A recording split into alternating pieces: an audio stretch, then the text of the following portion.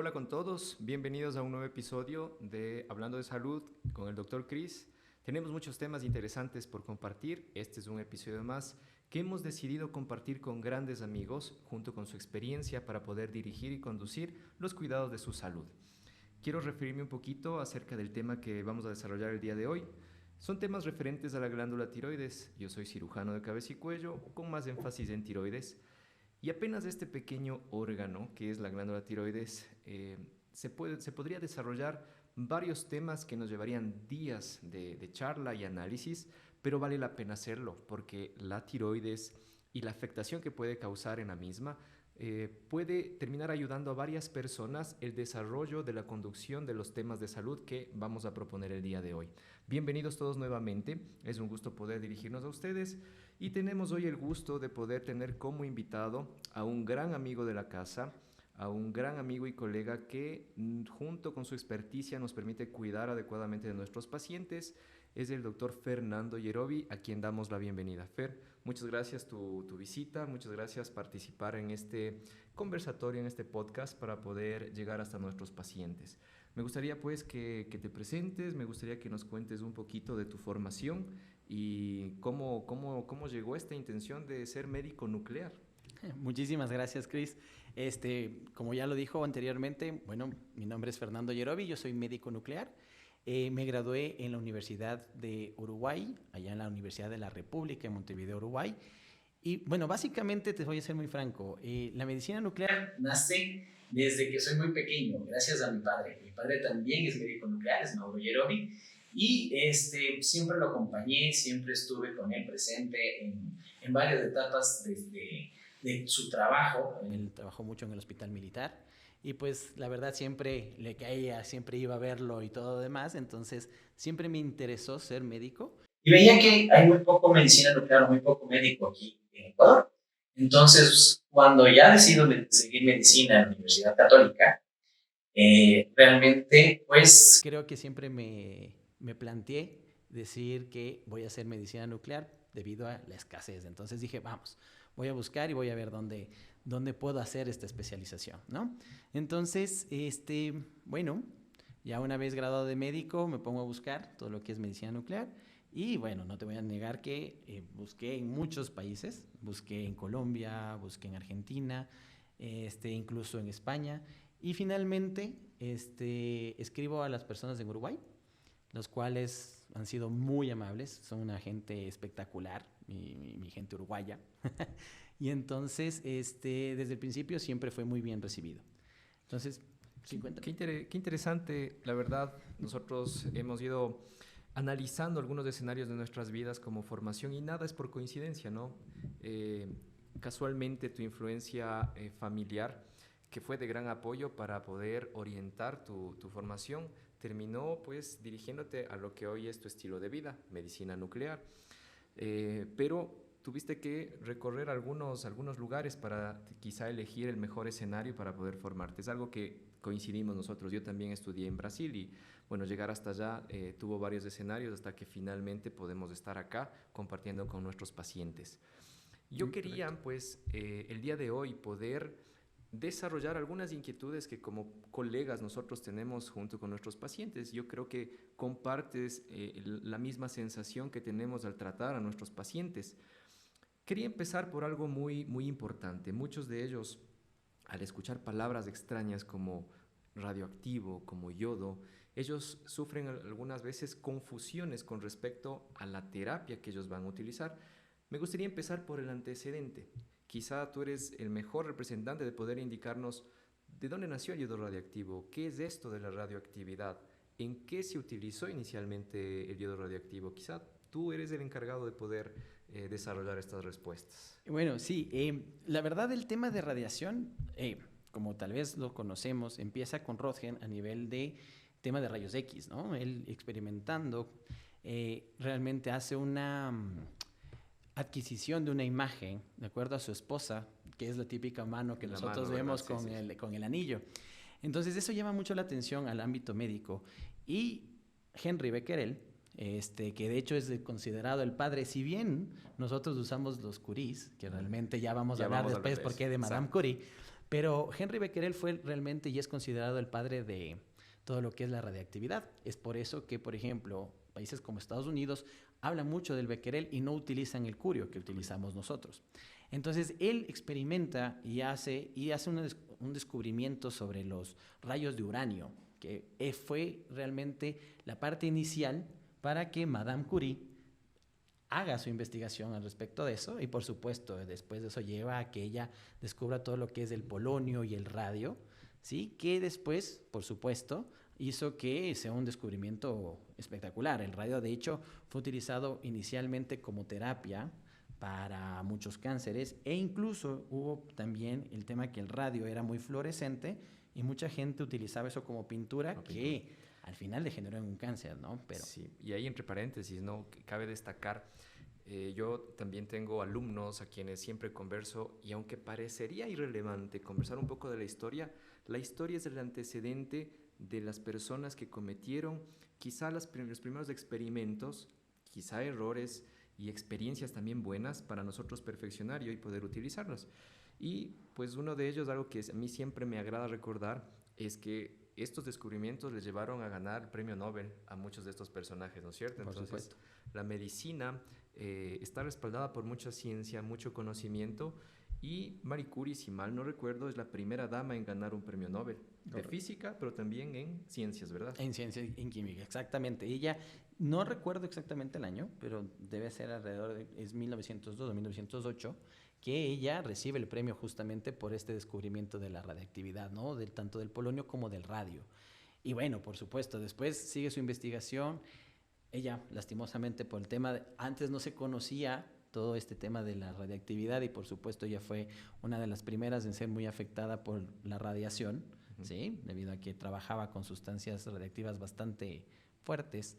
Pero después su hija Irene, también trabajó en el tema, en el cambio de la radiactividad, y ella, por supuesto, también generó que hizo más descubrimientos. Por ejemplo, ella logró saber que cuando un agente radiactivo pega con otro, pues produce más radiación. Entonces, fue muy interesante que toda esa familia realmente llegara a tener ese tema de radiaciones. Un legado cercano como el que tú tienes también. Entonces ahora también eres el hijo de la familia que inició con la radiación, se podría decir, entre comillas, aquí en Ecuador. Bueno, realmente es muy interesante, hay mucha historia, me encanta leer un poquito más, enterarme.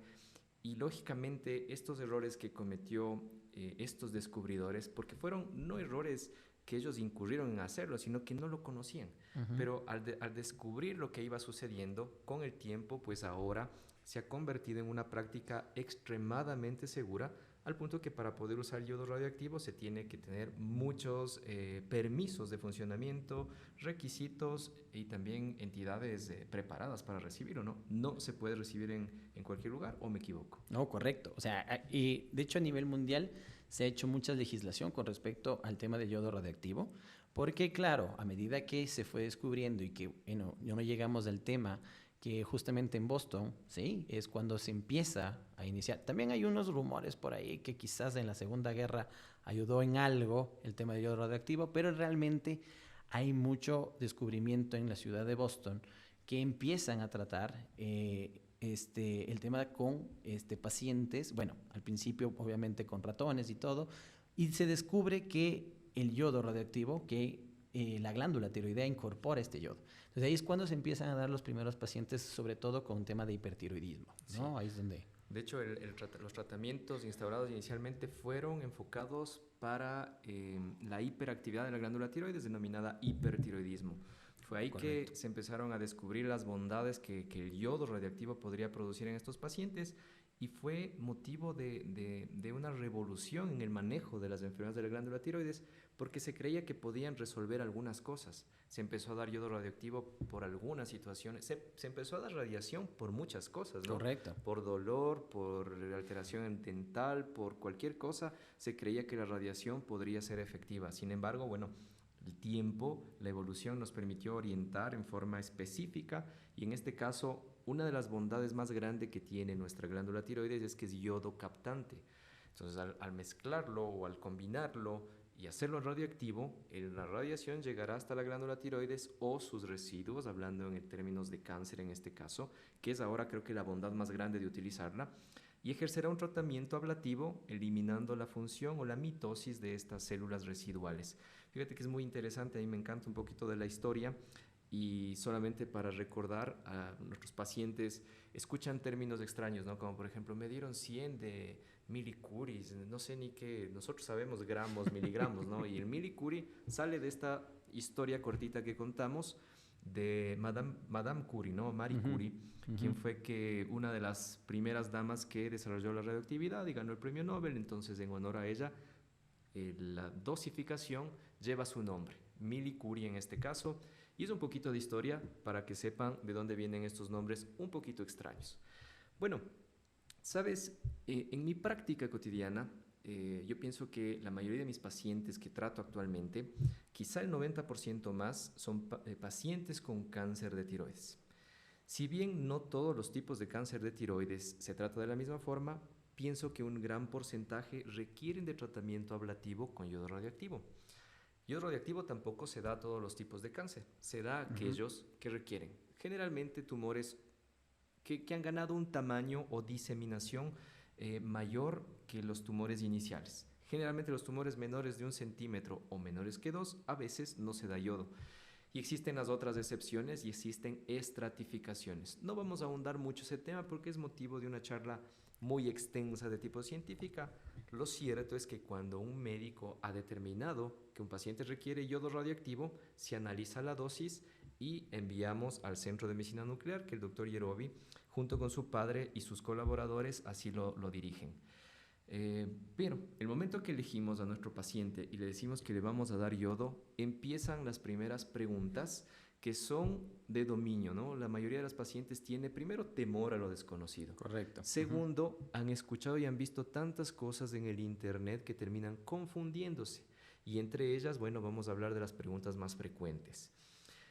El paciente generalmente me pregunta, doctor, ¿qué tipo de quimioterapia es esta radiación que me van a dar? Entonces, son términos que quizá para nuestros pacientes lo entienden de esa forma, pero me gustaría que nos expliques un poquito cómo funciona. ¿Es una quimioterapia? ¿Es una radioterapia? ¿De qué se trata el yodo radioactivo en el paciente con cáncer? Perfecto. No, de hecho, justamente, Cris, no se trata ni una quimioterapia ni una radioterapia.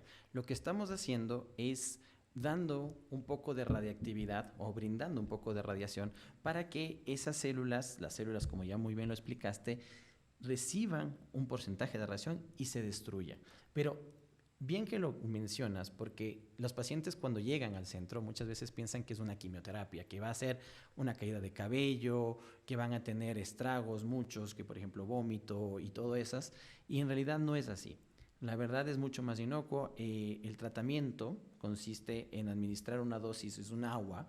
Lo que trata realmente el yodo radioactivo, haz de cuenta que es como una sal, ¿sí? Es una sal radiactiva. Por eso les digo, y muchos pacientes vienen con el miedo de, ¿seré alérgico al yodo radioactivo? Porque también escuchan del yodo, el contraste que tenemos en la tomografía. Entonces digo, no. ¿Por qué? Porque si usted es alérgico a la sal, es la única condición que usted tendría para no recibir tratamiento con yodo radioactivo. Entonces le digo, ¿usted es alérgico? Me dice, no. La inmensa mayoría, o nadie por suerte, es alérgico a la sal en el mundo. Entonces, perfecto, usted puede recibir, porque lo que hacemos es a esta sal que nosotros tenemos en mesa, le damos un poquito de radiación y básicamente eso es lo que nosotros tomamos e incorporamos, y este yodo radioactivo lo que va a hacer es depositarse en el resto de la glándula. Entonces, ¿se administra en forma de cápsula, de bebida? Correcto. ¿Cómo es esto? ¿Un jarabe? Es un agua. La verdad es que lo único que nosotros hacemos o que nos llega actualmente desde Argentina es un líquido actualmente, no lo puedo negar, también viene en una presentación de cápsula. Actualmente en Ecuador no contamos, se espera que próximamente sí lo podamos hacer. De hecho, hay propuestas para ya en el próximo año realizarla, pero por actualmente solo es un líquido, un agua, que es cristalina, es tal cual. A beber. Que se la da a beber, nada más. Es tomar un agua y pasar 3 días dependiendo, porque hay tratamientos que pueden ser ambulatorios, es decir, tratamientos que van a casa y que el paciente pues puede ir a estar en su espacio, y otros que tendríamos que nosotros hospitalizar debido a que tenemos una legislación ecuatoriana que nos dice que dosis mayores a 30 milicuris automáticamente debe ser hospitalizado y debe estar bajo vigilancia de centros que administran material radiactivo, como en este caso, pues nuestro centro. Bueno, vamos a hacer o asemejar un poquito, si yo fuera un paciente que quiero visitarte y quiero que me instruyas un poco qué va a suceder conmigo. Bueno, tengo muchos temores, me preocupa mucho los términos médicos que a veces no entiendo, ¿no? Entonces, me gustaría que me digas, me acaba de operar un doctor, estoy listo para recibir yodo, me dijo que así lo hiciera, que reciba 100 milicurris. ¿Me puede dar ahorita el yodo o qué necesito hacer primero? No, lastimosamente, nosotros necesitamos hacer una preparación para este tema del material radiactivo y también una preparación con el paciente. En Ecuador, como te decía, no contamos con un reactor nuclear que nos produzca yodo aquí, que nos produzca, de hecho, sustancias radiactivas, por lo que actualmente lo importamos primero desde Argentina. Entonces, para hacer una importación, primero necesitamos que el paciente nos diga la dosis que necesita y de ahí contactarnos actualmente con Argentina para poder hacer su importación. O sea, esto es separado y reservado para cada paciente. Correcto. Cada paciente tiene su destino, el yodo que ustedes van a solicitar. Correcto. Nosotros hacemos un pedido de ese paciente en específico con la dosis que nos pide el médico, por ejemplo, en este caso tú, y pues en base a eso hacemos un requerimiento a la entidad reguladora y también al proveedor de material radiactivo, porque ojo, si bien nosotros trabajamos con eso, nosotros no somos los que proveen el material. Entonces tiene que hacerlo una persona encargada de importar este material hacia Ecuador. Entonces ese trámite más o menos demora actualmente unas 3-4 semanas, que ese sería como la parte inicial en cuanto a la logística del material radiactivo. Pero segundo, como te contaba, también necesitábamos una preparación del paciente. Y podemos hacerlo mediante dos medios, ¿no? Una es la suspensión de la hormona de la levotiroxina, de la hormona tiroidea, para que nosotros obtengamos un nivel elevado de otra hormona que se llama la TSH o hormona estimulante de tiroides, que superen ciertos valores para que nosotros podamos administrar el yodo radioactivo, ya que eso hará que sus células sean mucho más afines al yodo que nosotros le vamos a administrar. Y la otra forma, pues, será con 2 inyecciones, que en esa no es necesario suspender la hormona tiroidea, la levotiroxina, pero que necesitamos administrar previo a dar la dosis de yodo oral que normalmente damos. ¿Y cómo elegir quién debería suspender habitualmente y a quién dar la inyección? Por ejemplo, si yo tuviera que recibir, siendo un médico en edad laboral y que quiero seguir mi ritmo de trabajo normal, no parar, ¿qué sería lo más aconsejable para mí en el caso que yo tuviera que recibir yodo radioactivo? Por supuesto, por ejemplo, me parece que las inyecciones serían una de las opciones bastante asequibles en tu caso, porque no necesitas suspender la levotiroxina y pues continúas con tu ritmo de vida normal. El tema es que obviamente esas inyecciones también actualmente son un poco costosas, ¿no? Claro. Entonces no lo hace asequible a todos los bolsillos, por así decirlo, ¿no? Entonces también hay un tema económico que puede influir. Puede influir. A lo largo de mi carrera he aprendido a valorizar un poco la percepción del paciente. Cuando nosotros hablamos de valores en el campo de la medicina, nosotros no podemos medir cuán costoso es para un paciente tener hipotiroidismo durante un mes. Correcto. Versus invertir en no tenerlo y recibir las inyecciones. Yo creo que al final sí se puede orientar a nuestros pacientes, yo lo hago, prefiero hacerlo siempre para no omitir, porque muchas de las veces el paciente regresa ya que se administró el yodo y suspendió un mes la levotiroxina, 3 semanas, un mes, ¿no? Y lo que más le molestó ni siquiera fue el tratamiento ni nada, fue la suspensión de la levotiroxina. Eso Exacto. Creo que, bueno, tienen que saber que existen otras opciones, consulten con sus médicos, visiten al doctor Yerovi, pregúntenos aquí si desean, existen opciones también seguras para hacerlo. Y lógicamente existen pacientes que no deberían suspender la medicación, como pacientes psiquiátricos, problemas con enfermedad neurológica, cardíaca severa, lógicamente. Y existen contraindicaciones para recibir yodo también, ¿verdad? ¿Alguna contraindicación? Sí, básicamente como todos los materiales radiactivos, pues, por ejemplo, mujeres embarazadas no podrían hacerse este tratamiento porque, pues, dependiendo de la etapa en la que se encuentren, podría el feto, el bebé, incorporar yodo a su glándula tiroidea y volverlo hipotiroideo, ¿no? Entonces es algo que, por ejemplo, no se puede hacer, ¿no? Una contraindicación básica es siempre en cualquier tema de radiaciones va a ser que no se cuente con un embarazo, ¿no? En curso. Y aunque parezca extraña la siguiente pregunta, la he escuchado con cierta frecuencia a mis pacientes, de quienes aprendemos mucho, por cierto. Si yo tomo yodo radioactivo, yo como paciente, ¿voy a ganar algo adicional, algún superpoder? Tal vez voy a dañar alguna planta, alguna sustancia. ¿Qué va a pasar con mis pacientes o familiares en mi entorno si yo recibo yodo radioactivo? ¿Qué cuidados debo tener? Correcto. Y de hecho es no solo la pregunta tía, esa pregunta es básica y fundamental para nosotros. Entonces, no, realmente lo que nosotros hacemos cuando le decimos a un paciente que, por supuesto, esté con distanciamiento. A mí no me gusta, si bien usamos la palabra aislamiento, realmente no me gusta decirla porque pues no tiene que aislarse, tiene que mantener distancia. Todas las personas que trabajamos con radiaciones, una de las características para protegernos mismo de ella es mantener distancia con nuestros pacientes. Entonces, en distancia estamos hablando de 2-3 metros, así como hacíamos con el tema del COVID, que ahora decíamos que 2-3 metros para no estar enfermos ni nada. Exactamente es lo mismo. Nosotros el distanciamiento lo practicamos desde que existe la medicina nuclear, desde que existe la radiactividad, porque con eso nos protegemos. Entonces, ¿qué hacemos y por qué le decimos al paciente que no se exponga o que no exponga a sus familiares para no sobreirradiar? ¿En qué sentido? Cuando yo, por ejemplo, tengo que hacerme una tomografía, que yo soy el paciente, yo soy la única persona que entra al equipo de rayos X y que me hago la tomografía. De hecho, hasta el mismo tecnólogo sale, espera que todo esté cerrado y pues hace el disparo. Exactamente igual es acá.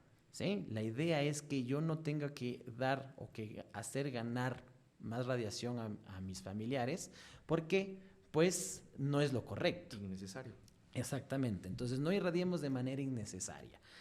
¿Cómo sabemos que no estamos irradiando de manera innecesaria? Como les decía, manteniendo distancia. ¿Sí? Esa es la parte fundamental del tema de radiaciones, mantener distancia con nuestros familiares. Entonces, algo grave que le va a pasar al paciente, algo que va a suceder con sus familiares, ninguna.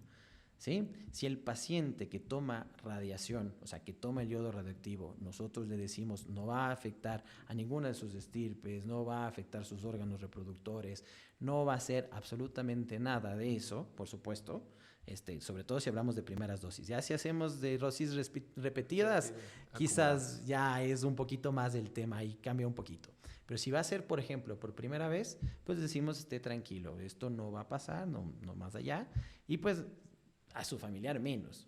Es lo que siempre les digo a los pacientes. Ya me gustaría que yo tome un veneno y que se termine muriendo fuera la persona de al lado. Eso no va a pasar. Sí, yo también aprendí a utilizar algunas comparaciones cotidianas en nuestros pacientes porque inclusive con la explicación que damos aún los temores que tenemos por ver lugares que no necesitamos, entramos a páginas o internet de fácil acceso y nunca va a haber información que sea tan certera como acudir donde un especialista. Yo pongo ejemplos cotidianos como por ejemplo, te dice tu médico dermatólogo, usa el protector solar cuando vas a la playa 3 veces al día o cada 3 horas para evitar que a futuro suceda esto. Pero ¿qué pasa si no te pones? Quizá no pase nada, correcto, pero no es lo más seguro. Entonces, de la misma forma que evitamos la radiación ultravioleta usando protección, lo mismo se pretende con la recomendación del manejo del yodo radioactivo, no porque va a suceder algo trágico en el entorno, sino porque son las medidas de seguridad que debemos practicar. Bueno, yo como paciente sigo con más inquietudes, entonces yo te preguntaría, ¿qué va a pasar con mis prendas tal vez de vestir? ¿Qué debo comer? ¿En qué recipientes? ¿Cuánto tiempo voy a estar con el distanciamiento? ¿Es necesario mucho tiempo, unas cuantas horas, días? ¿Qué me sugieres? Vamos por el tema de la ropa. Y en cuanto a ropa, pues absolutamente nada, ¿no? Si bien el material radiactivo tenemos varias vías de eliminación, que la principal va a ser la orina, tenemos también las heces, la sudoración y un poco la salivación, pues básicamente la orina va a ser el principal sitio de eliminación de este material radiactivo. Hablábamos que era una sal, entonces la sal también se filtra a través de nuestros riñones y por ende también la eliminamos en la orina, ¿no? Entonces es exactamente igual. Entonces, lo único que tenemos que hacer es tomar mucho más líquido y a veces pasa que tal vez cuando orinamos, pues nuestro interior se contamina un poco con esa orina. Y esa orina es levemente radiactiva. ¿Qué debemos hacer? Lavar. Antes, no puedo decir que antes era diferente el tratamiento, ya por así decirlo, pero ahora con toda la investigación y demás, pues se ha visto que no es necesario ni quemar, ni tirar, ni desechar nada de nuestra ropa, sino lo único que hacemos pues es lavarla. Es muy importante lavarla de la manera habitual como lo hacemos. Pero mi colchón, ¿qué sucede con él? Nada, tampoco. El colchón, así como lo que tú me dices, hagamos de cuenta que yo me voy a la playa, que yo me voy y me bronceo y recibo rayos solares, ¿no es cierto? Entonces, yo recibí radiación, hagamos de cuenta que yo recibí radiación del sol, ¿sí? Y en cambio, ahora que ya dejé de estar en la playa, quiero ir donde mis familiares. No es que yo esa radiación que recibí del sol, porque sabemos que es radiactivo, pues puedo hacer y traspasar a mis familiares y puedo broncear ahora a mi familia. Claro. No, nada de eso. Entonces, es la analogía que les hago a los pacientes. Hagan de cuenta que ustedes son un sol. Si ustedes son el sol de nosotros, siempre les digo. Y en verdad, lo que hace el colchón es recibir radiactividad. O sea, es decir, está recibiendo radiación, así como nosotros cuando nos botamos a la playa. Pero eso no quiere decir que el colchón ahora es radiactivo y con eso puede traspasar la radiactividad a otras personas, ¿sí? Lo mismo que pasa con los rayos X. Cuando yo voy a hacer la tomografía, el rayos X atraviesa mi cuerpo, se proyecta en una placa y esa placa pues también no es radiactiva. Se depositó radiación en ella. Pero eso no quiere decir que sea radiactiva. Yo por eso puedo ir con mi placa llevándole al médico tranquilamente. Entonces, nada, el colchón no se bota, no se quema, se queda ahí mismo. No necesitamos tampoco ir a vivir en otro domicilio, en otro país, tampoco, ¿no es cierto? Para nada, manteniendo la distancia es lo que les decimos a los familiares, exacto. Puede ir a su habitación, puede estar en su recámara, lo único que le pedimos es que duerma sola durante, ahí va la respuesta a cuánto tiempo, pues depende de la dosis también. Hay dosis que se eliminan mucho más rápido, dosis de 30, 50 milicuris. Lo hemos hecho con la experticia y con lo que nos recomienda la ICRP 94, que es la Comisión Internacional de Protección Radiológica, que por ejemplo en 8 días automáticamente ya podríamos estar sin radiación. Se deja 15 muchas veces para tratamientos que llevan más dosis de yodo radiactivo. Por ejemplo, las dosis de 150 y de 200, que ahí sí podríamos decir que con unos 15 días de distanciamiento, no de aislamiento, volvemos a repetir, pues ya estamos libres de radiactividad. Se sentirán más seguros todos, se sentirán más tranquilos también y el paciente mismo percibirá mayor tranquilidad. Uh-huh. ¿Se puede medir qué cantidad de radiación adquiriste, tuviste en el tiempo, cuándo ya no tienes más radiación? Sí, correcto, se puede.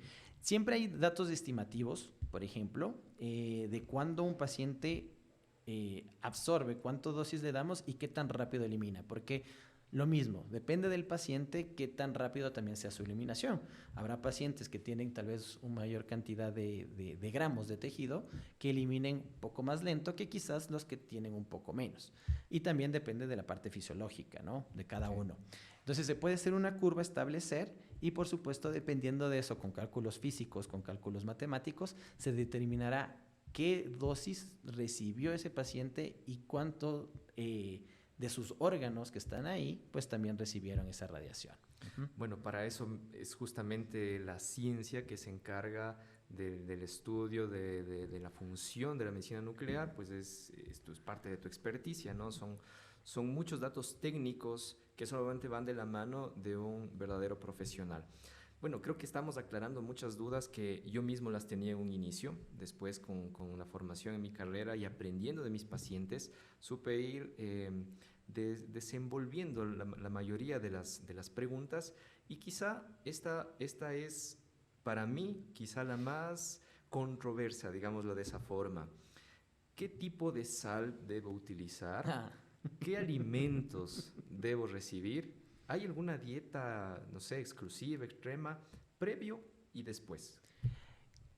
Lo de la dieta, digamos, si bien la ATA 2015 y muchas guías la recomiendan, pues no me sabrás decir de que la evidencia pues es débil, no es algo que realmente tenga mucho que hacerse. O sea, lo hacemos, lo practicamos y estoy de acuerdo, pero no es una evidencia abismal de decir que vamos a hacerlo. ¿Por qué te digo? Porque hay mucho miedo del paciente que nos dice que si no hace la dieta, pues automáticamente el tratamiento prácticamente no funciona. Y no es así. Lo único que le decimos al paciente es evitemos un poco el consumir sal en exceso. Y ojo, la sal normal que nosotros tenemos, la sal de mesa, es decir, la misma sal que nosotros consumimos diariamente, lo único que necesitamos es disminuir en cierta cantidad y también disminuir alimentos que son muy ricos en sal. Por ejemplo, embutidos, enlatados, todo lo que es producto de mar y a veces incluso un queso manaba, un queso así, que obviamente es muy saladito. Entonces le decimos, quizás disminuya un poco su consumo, pero ojo, no lo limite, no lo haga al extremo, porque tú sabes que eso nos podría llevar a situaciones como una hiponatremia, que quizás después no podamos tratarla si no tengamos y no podamos dar el yodo al paciente. Entonces, es verdad, algún miedo que podamos decir es que disminuyamos la sal, no necesariamente tenemos que consumir una sal extra o extraordinaria, pero es eso lo que debemos hacer. Entonces, quizá no es correcto tener una percepción de temor a lo que primero no lo conocemos. Primero deberíamos informarnos, nuevamente visitar, a ir de la mano con tu médico especialista, siempre que sea posible recibir orientación individual. Yo confío mucho en que la individualización de los tratamientos nos permitirá ofertar un tratamiento más seguro a cada paciente, que sentarlos a todos y darles una charla magistral, pues ahí nos queda mucho más fácil ser restrictivos, prohibido de aquí a acá, cuando en realidad no es necesario. No. Se recomienda algunos detalles, no tengan temor, el yodo radioactivo es un mecanismo muy seguro actualmente. La historia previa determinó que sí, hubo algunos problemas por el término de radioactividad, pero porque no se utilizaba protección adecuada, y ahora es parte elemental para poder funcionar un centro que administra yodo radioactivo, tener todos los mecanismos. Usted va a estar segura, confía en su médico. Si tiene preguntas, siempre hágala. Jamás se puede quedar con una duda, con una inquietud que termine únicamente dificultando el tratamiento que usted va a recibir. Me gustaría, por favor, que nos ayudes ya quizá para ir finalizando esta conversa, porque creo que ha sido de mucha información que espero sea de utilidad para todos. Pero me gustaría que des tus comentarios de percepción en este tiempo que vienes trabajando con muchos pacientes. ¿Cuál es tu percepción de la medicina nuclear aquí en Ecuador? ¿Qué esperas de la medicina nuclear en adelante? ¿Cuál es tu visión actualmente? Muchas gracias. Sí, en cuanto al tema de yodo radioactivo, pues, como bien dices, hay mucho mito que quizás sería bueno ir aclarando poco a poco, hacer que la especialidad sea más difundida. Espacios como el que estamos teniendo realmente son muy enriquecedores porque hacen que las personas conozcan, vayamos perdiendo el miedo al tema de medicina nuclear y que tal vez se trate con radiaciones y que realmente, como bien lo decías, pues son radiaciones controladas, que sabemos que son médicas y que no van a generar ninguna afectación, más allá de lo que realmente, pues nosotros, son mínimas cantidades, ¿no? Normalmente lo llevamos de esa manera. Y pues esperaría que, la verdad, existan más especialistas en la rama. Si bien actualmente en Quito somos médicos nucleares contados con los dedos de la mano, ni siquiera llegamos a los del pie. Entonces... A propósito de eso, solo entre paréntesis, ¿por qué un médico prefiere ser cirujano, ginecólogo, pediatra, etcétera, las profesiones tradicionales versus medicina nuclear? Son poquitos, ¿verdad? Somos muy pocos. Yo creo que es, la verdad, en nuestra facultad, no sé si te pasó, pero a mí realmente hubo muy poca información respecto a la especialidad. Aparte, cuando hablamos de radiaciones, pues inmediatamente digo, no, realmente eso, ¿qué será? Me da miedo. Y pues creo que también puede pasar por ahí, porque una vez que uno ya conoce el campo, por ejemplo, te cuento así una experiencia, la doctora que trabaja actualmente con nosotros, que es médica general, que también nos ayuda con medicina ocupacional, disculpa. Entonces, ella, ahora que trabaja, dice, qué bonita que es la medicina nuclear. Me dice, trabajamos con mucho paciente oncológico, con mucho paciente en tema de radiaciones, en teragnosis, que es el futuro también de la medicina nuclear, en tema no solo de yodo radioactivo, sino de tratamientos de cáncer de próstata con lutecio 177, de tumores neuroendocrinos, tenemos para dolor óseo samario, bueno, y alguna infinidad de elementos que nos van a ayudar tal vez a tratar en un futuro enfermedades que quizás son resistentes a varios tratamientos actualmente. Entonces, pues yo creo que se nos viene algo muy interesante. Y ya te digo, ella dice, si hubiese sabido, quizás también me hubiese hecho médica nuclear. Entonces esperemos que esa conversación, este podcast del día de hoy pueda servir para que los futuros médicos puedan conocer un poco de las bondades que tiene la medicina nuclear. Si bien nos enfocamos al yodo radioactivo, tiene muchísimas ramas, ¿no? Muchísimos campos de estudio de órganos y metabolismo. Bueno, realmente podría ser interminable nuestra conversación el día de hoy. Y bueno, me agrada mucho. Yo también auguro de que en un futuro Ecuador también se posicione como un país de alto nivel académico junto con centros. Ojalá algún día también tener nuestro propio reactor nuclear. ¿Por qué no? ¿Por qué no? Generar nuestro propio yodo, quizá pueda abaratar un poquito los costos para tenerlo disponible. Ese es el objetivo de la salud pública, de la medicina, y llegar a más pacientes.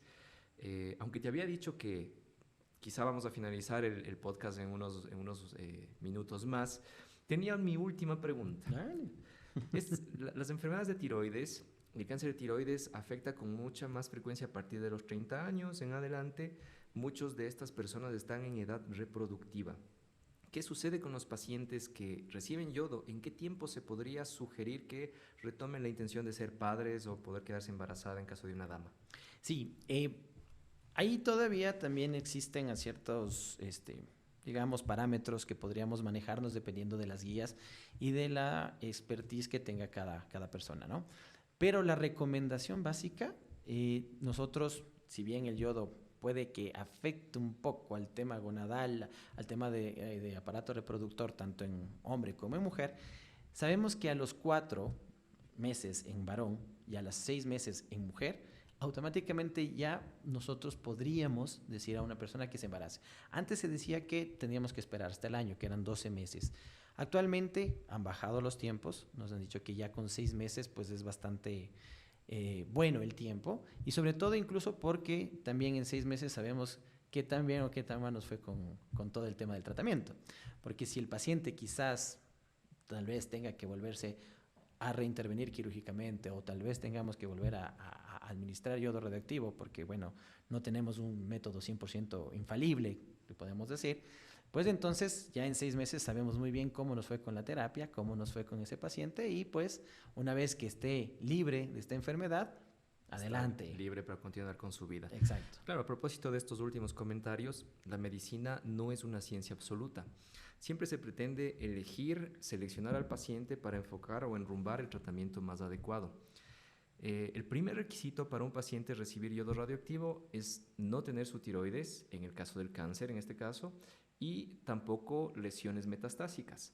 De esta forma el paciente pasará a recibir yodo radioactivo en el mejor de los casos la única vez. Eso es lo que se pretende. Pero no olvidemos que se trata de cáncer de tiroides. Por el mismo hecho de tener esta palabra un poco desagradable cuando la escuchamos por primera vez en el caso de nuestros pacientes, el cáncer de tiroides se estratifica de varias formas. Y siendo así, puede haber tumores que pueden volver a aparecer o ser recurrentes en el transcurso de la vida. Debe haber ejemplos de pacientes que se han tenido que operar 2, 3 veces o más. Debe haber pacientes que han tenido que recibir 1, 2 o más sesiones de yodo. El yodo puede recibirse en varias sesiones y existe dosis acumuladas, que es en términos promedios 600 milicuries o hasta cuando sea yodo captante sin producir efectos adversos. Todos estos términos son muy técnicos, tienen que ir de la mano de su médico endocrinólogo, cirujano de tiroides y consultar con su médico nuclear, sin duda alguna. Hay muchas preguntas muy específicas que todavía podríamos desarrollar, pero sin embargo yo creo que hemos abordado los temas más frecuentes y pues no me queda nada más que darte las gracias porque tu apoyo desde el día 1 que regresé a Ecuador ha sido muy valioso. Hemos participado en elaboración de guías, hemos conocemos a nuestro entorno laboral, familiar, somos grandes amigos adicional, y eso ha mejorado que la calidad de atención a mis pacientes sea individualizada. Yo agradezco mucho tu aceptación a conversar este día de hoy. Creo que muchos pacientes se beneficiarán y sobre todo quiero dar las gracias a ti como mi amigo Fernando y a tu papi. También mándale por favor nuestro saludo a tu grupo de trabajo todos y plena confianza con nuestros pacientes hacia ustedes también. Seguro tenemos más información que poder conversar. Me gustaría por favor quizá tu última mensaje a nuestros pacientes y amigos, pero sobre todo dónde te podemos encontrar, cómo te podemos ubicar, cómo se llama tu centro también, creo que nos gustaría saber. Bueno, muchas gracias, Cris, por la invitación. Como te digo, son espacios muy importantes que necesitamos para nuestros pacientes. Y bueno, actualmente nosotros somos del Centro de Especialidad Nuclear. Nos encontramos en la calle Telégrafo y El Porvenir. Y pues los números de teléfono de contacto son el 244-7177 o al celular 098-459-6737. Como me dice Cris, exactamente, yo soy el doctor Fernando Yerovi, soy médico nuclear. Estaré gustoso de aclarar o de conversar sobre cualquier duda que se tenga, no solo del yodo radioactivo, sino en general sobre la especialidad, sobre qué tipo de estudios nosotros hacemos ahí, en qué se beneficia de la medicina nuclear un paciente. Y pues, más bien, nada, agradecerte nuevamente por la invitación. Estoy seguro que mi padre también te manda un cariñoso saludo, un afectuoso abrazo. Y pues, nada, de verdad de mi parte ha sido un placer y más bien muchas gracias. Fer, muchísimas gracias nuevamente, gracias tu ayuda. No se olviden, estamos elaborando cada vez más temas de importancia, pero si ustedes tienen alguna pregunta o sugerencia o algún tema que gustarían que desarrollemos, por favor háganos saber. Esto es Hablemos de Salud con el Dr. Cris y nuestros invitados que siempre están prestos a ayudarnos y a orientarnos para cuidar de su salud. Gracias con todos.